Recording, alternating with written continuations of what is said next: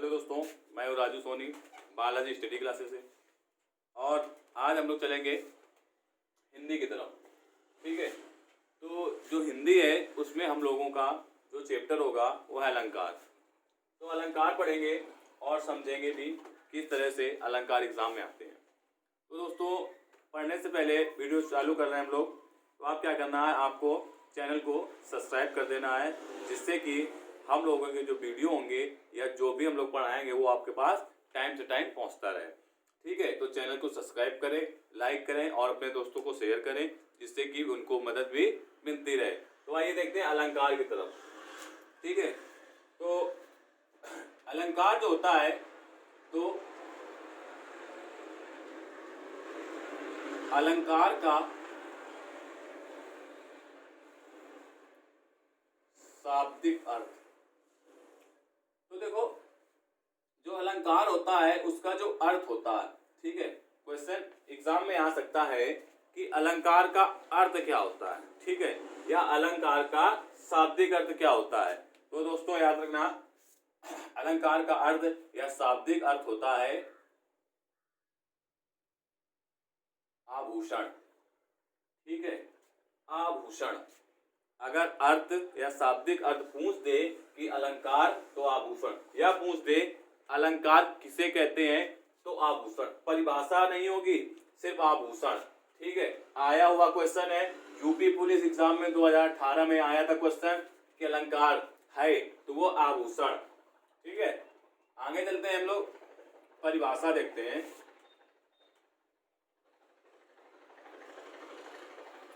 तो अलंकार की परिभाषा, तो क्या लिखेंगे यहाँ पे, काव्य की शोभा बढ़ाने वाले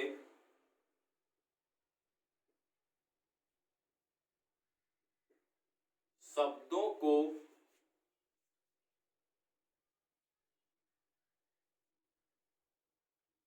अलंकार कहते हैं। क्या कहते हैं? अलंकार कहते हैं। तो याद रखना, काव्य में कुछ ऐसे शब्द भी आते हैं जो काव्य की शोभा बढ़ा देते हैं, और जब उनकी शोभा बढ़ जाती है तो वो क्या कहलाते हैं? अलंकार। तो याद रखना, काव्य की शोभा बढ़ाने वाले शब्दों को ही अलंकार कहते हैं। जैसे शोभा कैसे बढ़ेगी? जैसे एक व्यक्ति है या स्त्री है या पुरुष है, तो वो उसकी शोभा किस तरह बढ़ेगी? आभूषण। जब वो आभूषण, आभूषण का मतलब ये नहीं है कि सोने चांदी की वस्तुएं, कपड़े भी होता है आभूषण। ठीक है, आभूषण मीन्स कपड़े अच्छे या सोने चांदी की वस्तुएं। जैसे आप लोग अच्छे कपड़े पहनेंगे, अच्छी तरह से रहेंगे तो आपकी शोभा बढ़ेगी। स्त्रियां आए अच्छे कपड़े पहनने के बाद आभूषण धारण करेंगी, मतलब सोने चांदी के, तो उनकी भी शोभा बढ़ेगी। इसी तरह इसमें भी है कि काव्य की शोभा बढ़ाने वाले शब्दों को ही अलंकार कहते हैं। ठीक है, उनकी शोभा बढ़ा देते हैं। अब क्वेश्चन है अलंकार के भेद।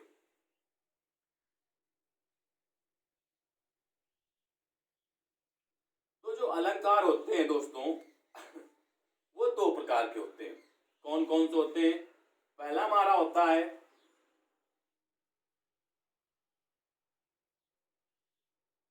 शब्दालंकार, दूसरा हमारा होता है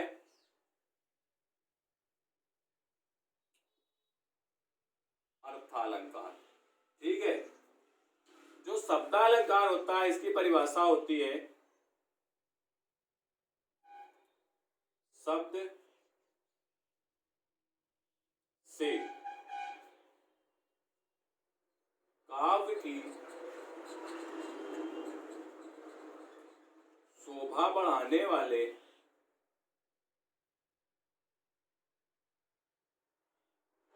शब्द से काव्य की शोभा बढ़ाने वाले को शब्दालंकार कहते हैं। ठीक? आइए अर्थालंकार की तरफ चलते देखते हैं। अर्थ से काव्य की शोभा बढ़ाने वाले को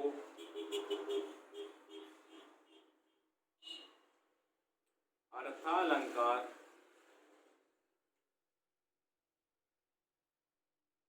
कहते हैं। याद रखना शब्दालंकार में काव्य में कुछ ऐसे शब्द होते हैं जिनसे उस काव्य को पढ़ने में या सुनने में क्या होता है, उसके शब्द से जो हमें आनंद प्राप्त होता है उसे क्या कहते हैं, शब्दालंकार। ठीक है। अर्थालंकार में क्या है,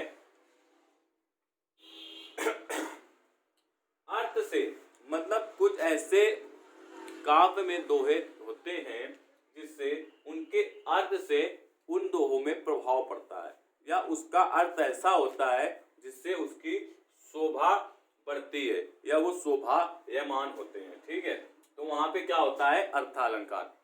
अब आइए चलते हैं आगे, शब्दालंकार। ठीक है, तो दोस्तों हमने इसकी परिभाषा देख ली है। आइए देखते हैं शब्दालंकार के भेद। जो शब्दालंकार होते हैं वो कितने प्रकार के होते हैं। ठीक है, तो पहला होता है हमारा अनुप्रास अलंकार,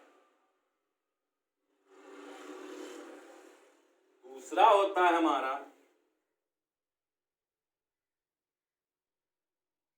यमक अलंकार और तीसरे पे आता है हमारा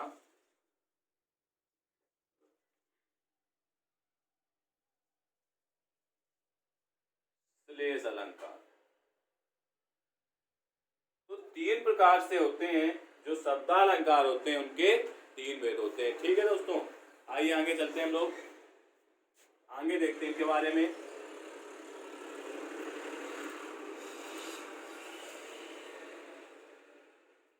शब्दालंकार,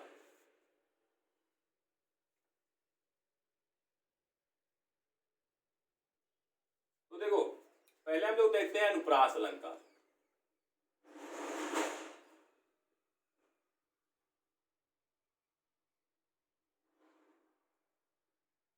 अनुप्रास अलंकार, तो जो इसकी परिभाषा होती है वो लिखेंगे जहां वर्णों की आवृत्ति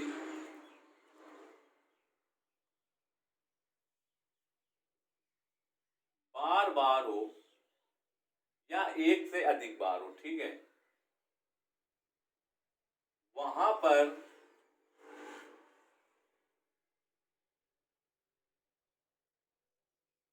अनुप्रास अलंकार होता है। ठीक है,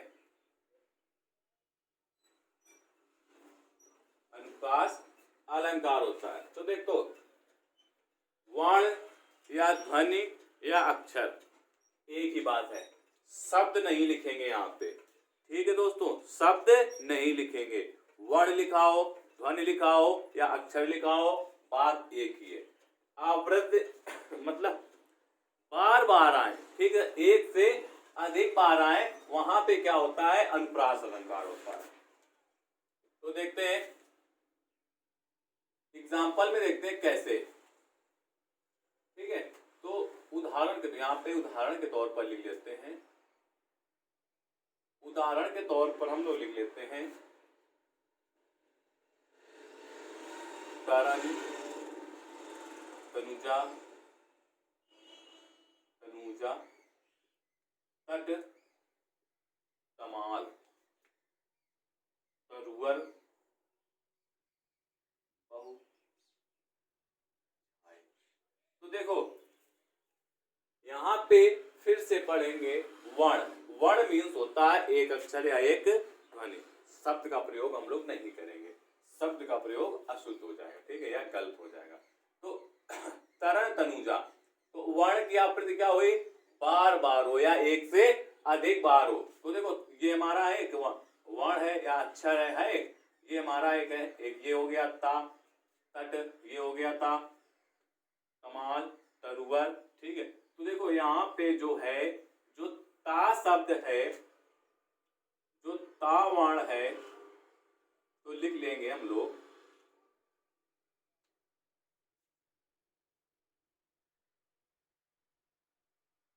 ता वर्ण की आवृत्ति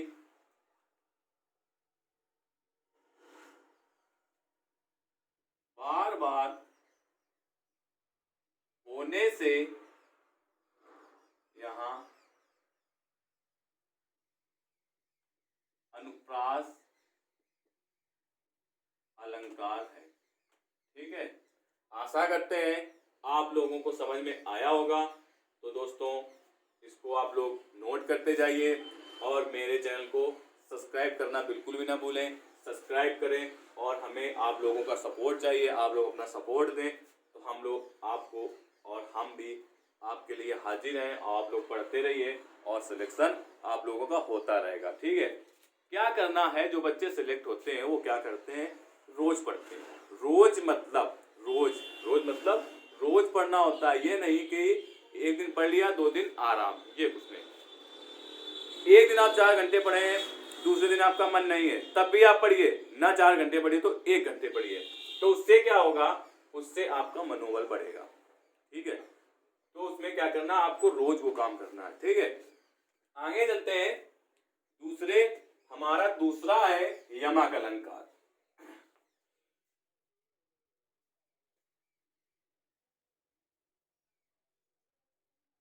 यमक अलंकार, तो दोस्तों यमक अलंकार हम लोग देखते हैं कि यमक अलंकार में क्या होता है। यहाँ पर शब्द जो होते हैं, तो शब्दों की आवृत्ति बार बार होती है, लेकिन उनका अर्थ बदल जाता है। चलो देखते हैं। जहां पर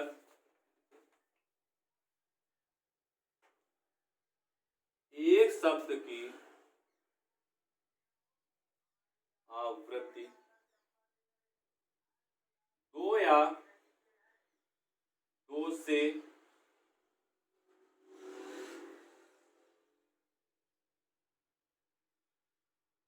अधिक बार हो,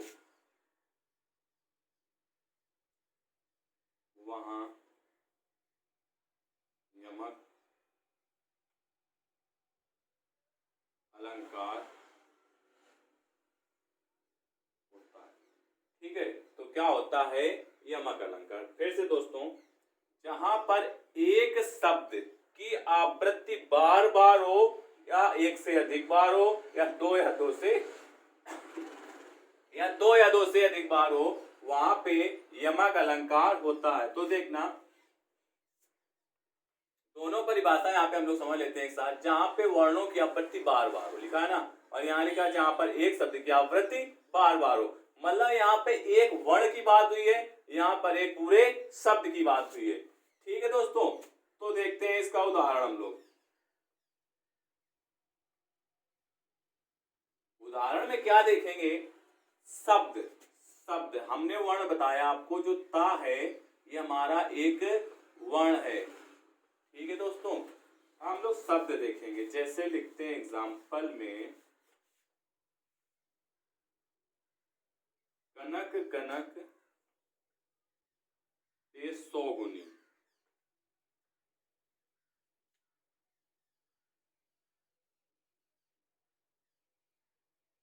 मादकता अधिकाय।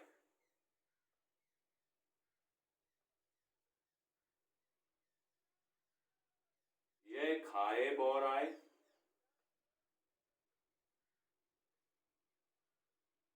और जग पाए बोराय।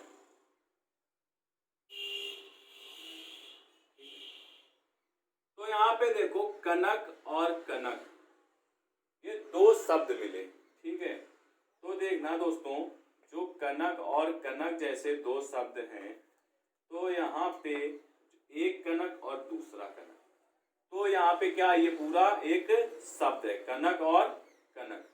कनक कनक 2 बार सेम लिखे ना, तो ये क्या होगा, हमारा एक शब्द हो गया। ते 100 गुनी मादकता अधिकाय। ठीक है, ये खाए बोराय और जग पाए बोराय। देखो यहाँ पे जो पहले कनक का अर्थ है, उस उसका अर्थ है धतूरा। और जो दूसरे कनक का अर्थ है उसका अर्थ है सोना। सोना, सोना आभूषण वाला सोना, जो धातु होती है वो वाला सोना है। तो इसमें लिखा है यह खाए बोरा है, मतलब ऐसा है कि अगर कोई व्यक्ति ये कनक सोना मिलने पर और धतूरा खा लेने पर इस तरह पागल हो जाता है जैसे कि उसके समान कोई दूसरा पागल नहीं। तो यहाँ पे है जो ये कनक कनक है, शब्द तो एक ही है लेकिन अर्थ क्या हमारे पास दो। अर्थ क्या हमारे पास दो है। तो यहाँ पे यह खाए, अगर कोई धतूरा खा ले तो वह पागल हो जाता है, और अगर किसी को सोना मिल जाए तो भी वह पागल हो जाता है। पागल का मतलब कि अपने समान किसी को फिर नहीं समझता है। तो यहाँ पे दोनों का अर्थ अलग अलग है। ठीक है दोस्तों, आइए आगे चलते हैं हम लोग श्लेष अलंकार की तरफ। आशा करते हैं आप लोगों को समझ में आया होगा। तो क्या करना है आप लोगों को, कॉपी पेन लेके और नोट करते जाना है। ठीक है दोस्तों, या हमारा वीडियो आप लोग देखें और उसको समझें, और जहां पे आप लोगों को कोई भी प्रॉब्लम हो या समझ में नहीं आ रहा हो तो वहां पे आप लोग कमेंट करके हमसे बता सकते हैं। ठीक है, आइए हम लोग आगे चलते हैं तीसरे की तरफ। उसका नाम है श्लेष अलंकार। तो दोस्तों श्लेष अलंकार में क्या है, जहां पर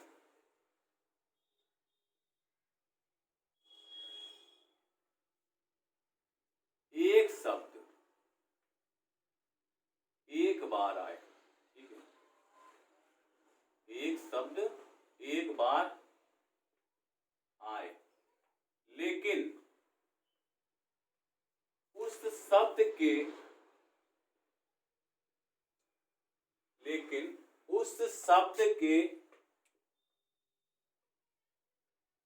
अर्थ अनेक हो। उस शब्द क्या हो, अर्थ अनेक हो। कोई भी शब्द है अगर एक बार आता है लेकिन उस एक शब्द का अर्थ जो होता है वो अनेक, मतलब बहुत से अर्थ होते हैं। ठीक है, तो वहां पे क्या होता है तो वहां पर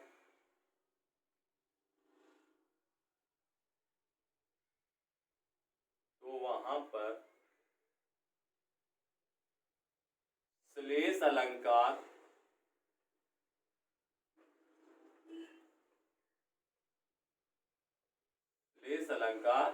होता है।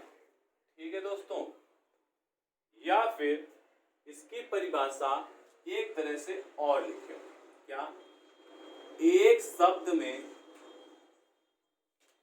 अनेक चिपके हुए अर्थ दिखाई दे, अर्थ दिखाई दे, मतलब शब्द तो हो लेकिन उसमें अनेक अर्थ दिखाई दे या अनेक अर्थ स्पष्ट रूप से निकले। इसका एग्जाम्पल देखते हैं हम लोग, ठीक है, या उदाहरण के तौर पे लिखते हैं यहाँ पे, क्योंकि हम लोग हिंदी पढ़ रहे हैं। उदाहरण, तो उदाहरण में क्या लिखेंगे, रहीमन पानी राखिए बिन पानी सब सून। ठीक है, पानी गए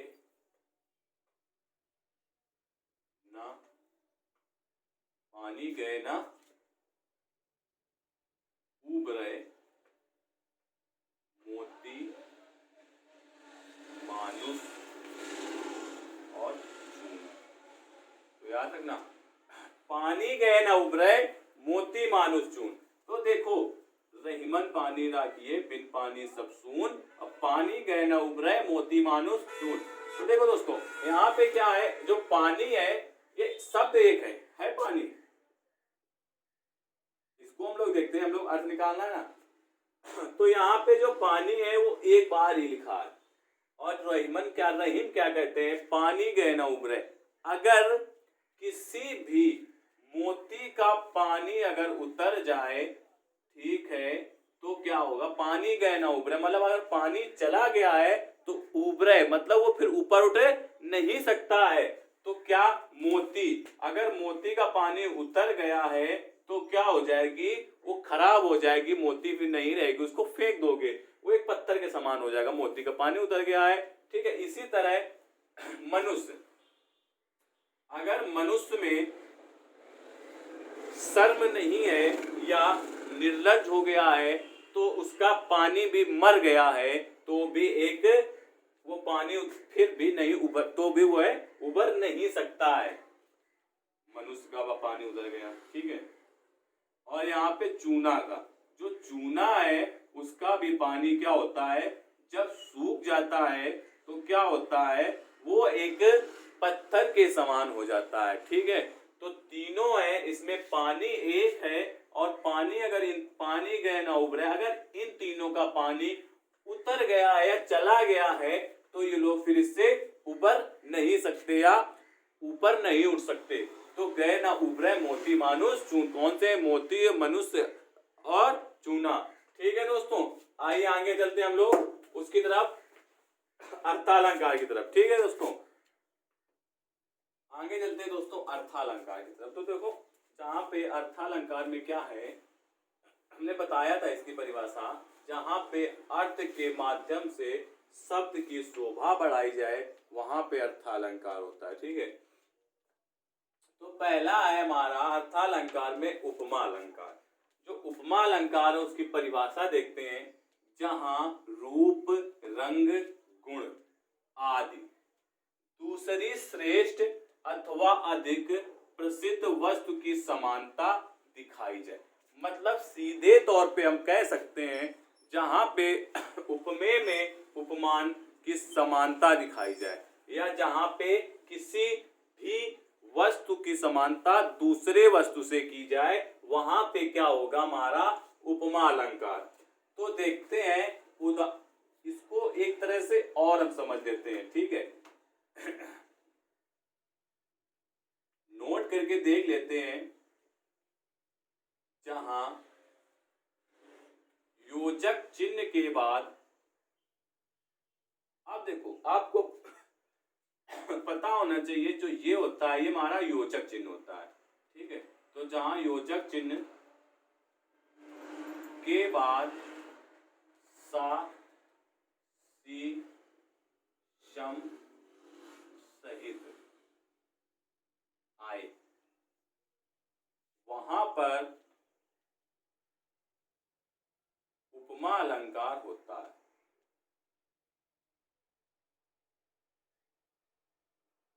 उपमा अलंकार होता है। ये हमारी दूसरी ट्रिक है जानने के लिए, अगर आपको एग्जाम्पल दिया है एग्जाम में तो हम कैसे पहचानेंगे। तो दोस्तों इसी तरह से पहचानेंगे, जहां योजक चिन्ह के बाद सा, सी, सम सहित आए, वहां पे क्या होगा, उपमा अलंकार। देखो यहाँ पे सा, सी, सम सहित, समान, ठीक है, कुछ भी आ सकता है, सहित यहाँ पे लिख दे रहे हैं।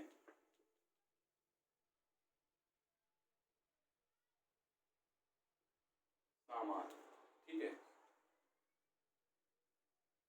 तो उदाहरण के लिए देखते हैं हम लोग, लिख लेते हैं एग्जाम्पल, सागर सा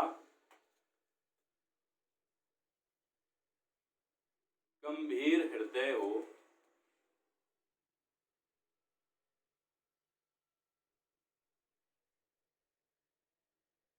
गिर से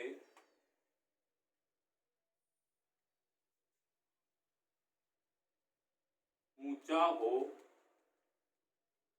जिसका मन। तो देखो इसको सिर्फ हम लोग क्या करेंगे, पहचानने की एक विधि हमने आपको बताई है कि आप लोग कैसे पहचानेंगे। तो देखो यहाँ पे क्या लिखा है, सागर सा गंभीर हृदय हो और गिर से ऊंचा हो जिसका मन।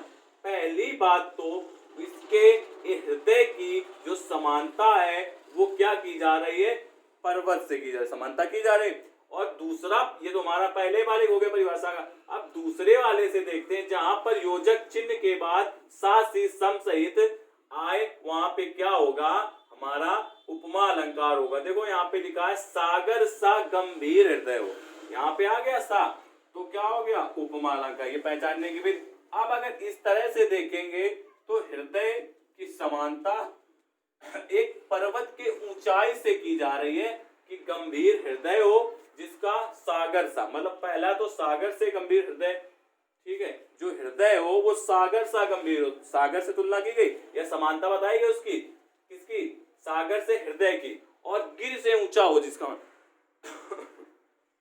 और जिसका मन जो है वो गिर मतलब पर्वत से भी ऊंचा हो, ठीक है। तो यहाँ पे दोनों समानताएं की गई। दूसरा एग्जांपल देखते हैं, सीता का मुख चंद्रमा के समान सुंदर है। तो देखो यहाँ पे सीता के मुख की सुंदरता चंद्रमा से दिखाई गई, समानता दिखाई गई ना। अब सीता का मुख चंद्रमा के समान, ठीक है, यहाँ पे उसे नहीं लगेगा, के समान, तो देखो समान शब्द आया तो यहाँ पे क्या है, उपमा अलंकार, ठीक है। याद रखना दोस्तों, कंफ्यूजन नहीं पैदा करनी अपने दिमाग में, सिर्फ आपको पहचानना है सा सी सम सहित समान, ये शब्द आ जाए तो वहां पे उपमा अलंकार होगा, या किसी से दूसरे से समानता की जाए तो वहां पे उपमा अलंकार होगा। आइए अगली तरफ चलते हैं, हम लोग देखते हैं दूसरा, ठीक है दोस्तों, आगे चलते हैं हम लोग।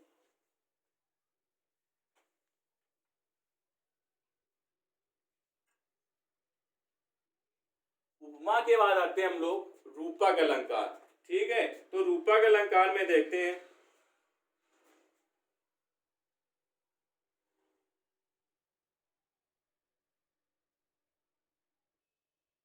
रूपक अलंकार, इसमें क्या लिखेंगे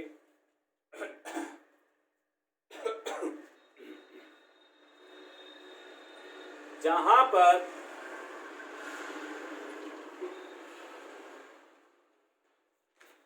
उपमेय में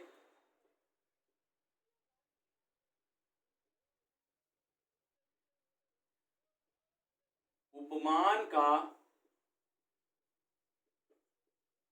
आरोप किया जाए, आरोप किया जाए, वहां पर वहां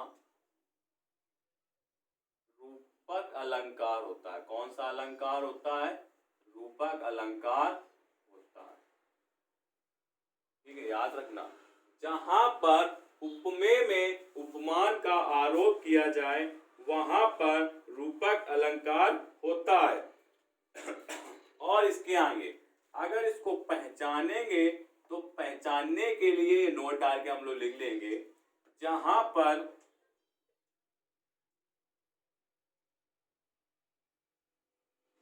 योजक चिन्ह, योजक चिन्ह कौन सा होता है बताया आपको अभी हमने, का प्रयोग हो, लेकिन यहां पे क्या होगा, लेकिन सासी सम सहित शब्द ना, देखो सेम है, लेकिन उपमा में क्या था, जहां पे सासी सम सहित आए और योजक चिन्ह का भी प्रयोग हो, लेकिन इसमें क्या है, योजक चिन्ह तो लगेगा लेकिन सासी सम सहित नहीं आएगा। अब इसकी परिभाषा जरा समझ लेते हैं, जहां पे उपमेय में उपमान का आरोप कर दिया जाए वहां पे क्या होता है, मतलब एक का आरोप दूसरे में, उपमेय में उपमान का आरोप कर दिया जाए वहां पे रूपक होता है। अब इसको पहचानने की भी देखो, जहां पर योजक चिन्ह का प्रयोग तो हो, योजक चिन्ह प्रयोग तो हो, योजक चिन्ह तो लगे, लेकिन सा सी सम सहित शब्द ना आए, और अगर सा सी सम सहित आ रहे हैं तो रूपक की श्रेणी में नहीं आएगा। वो किस में जाएगा? उपमा की श्रेणी में। एग्जाम्पल देखते हैं इसका।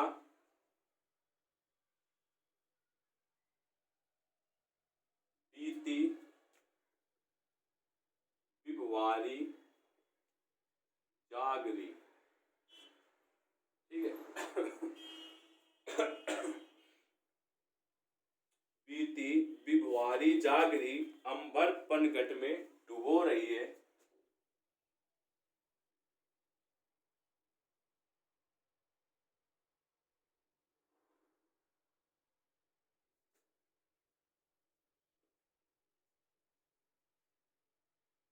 मूसा, घट, नागरी। ठीक है।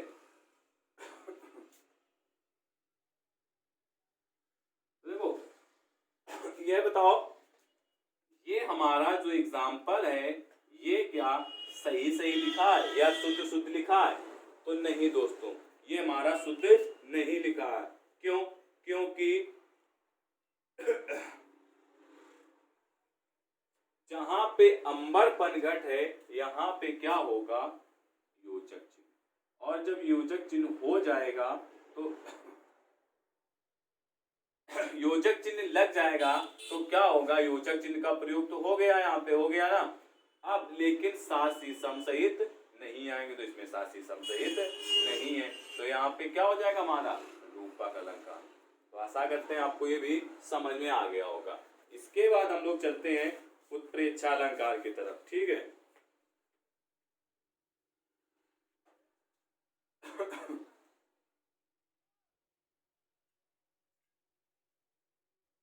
उत्प्रेक्षा अलंकार देखते हैं।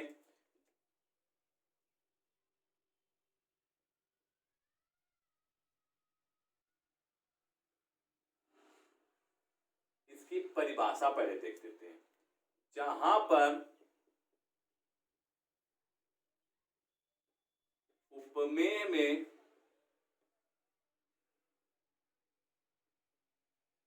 उपमान की संभावना की जाए,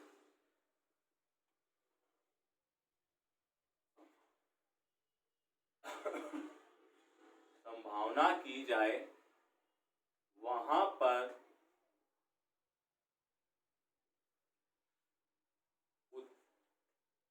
उत्प्रेक्षा अलंकार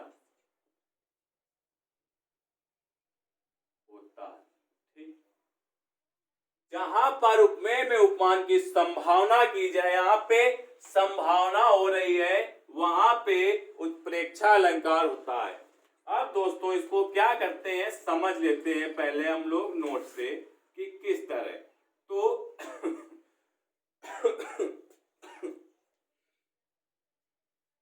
तो यहाँ पे क्या लिखेंगे? जहां पर मानो, मनु, मनहु, जानो, जनु और जनो शब्द आए। क्या आए? ये शब्द वहां पर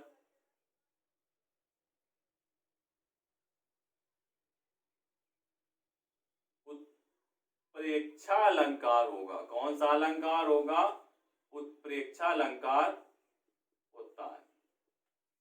ठीक है दोस्तों, कायदे से एकदम समझ के आप लोगों को समझना है, रटना बिल्कुल भी नहीं है। हमने बताया आपको रटना नहीं है। तो देखो, जहां पर मानो, मनु, मनहु, जानो, जनु, जनो, ये शब्द जहां पे आपको ये शब्द जहां पे आपको मिल जाए, वहां पे आप लोग बिना सोचे समझे उत्प्रेक्षा अलंकार में अगर आप लोग टिक कर देंगे तो आपका क्वेश्चन सही हो जाएगा। चलो देखते हैं एग्जांपल के लिए उदाहरण। ठीक है, उदाहरण में हम लोग एक एग्जांपल आप लोगों में से कोई बताएगा, अगर बताए तो बता सकता है। हाँ चलिए बताइए। देखो, हाँ ठीक है। सोवत ओढ़े पीत पट, श्याम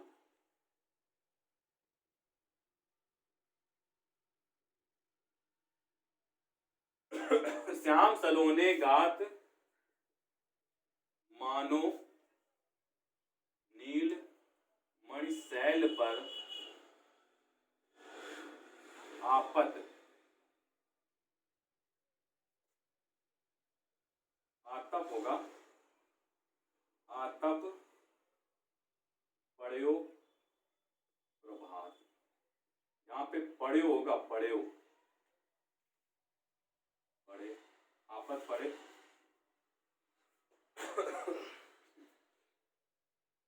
तो देखो, आपको कुछ करना यहाँ पे क्या करना है, सिर्फ आपको समझ लेना है।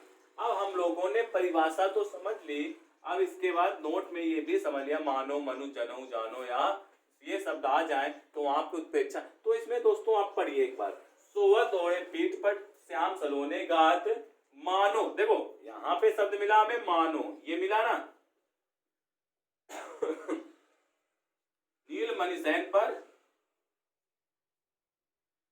आतप पड़े प्रभात। तो हमें शब्द मिल गया ये मानो। तो हमें क्या करना है, इसमें देखना बिल्कुल भी नहीं है, सोचना बिल्कुल भी नहीं है। हमने समझ लिया है कि जहां पे मानो मनु मनो जानो जनु जनो शब्द आए, वहां पे हमें उत्प्रेक्षा अलंकार बिल्कुल से टिक कर देना है, और टिक कर देंगे तो आपका जो आंसर है वो एकदम से सही हो जाएगा। तो दोस्तों, हम लोगों ने आज अलंकार पढ़ा और आशा करते हैं कि आपको समझ में आया होगा। ठीक है दोस्तों, तो प्लीज दोस्तों मेरे चैनल को लाइक करें और सब्सक्राइब करें और ज्यादा से ज्यादा शेयर करें, जिससे कि आपके दोस्तों को भी और बाकी लोगों को भी, जितने भी पढ़ने वाले स्टूडेंट हैं उनको भी सहायता मिल सके। ठीक है, हमारे चैनल को सब्सक्राइब करना बिल्कुल भी ना भूलें।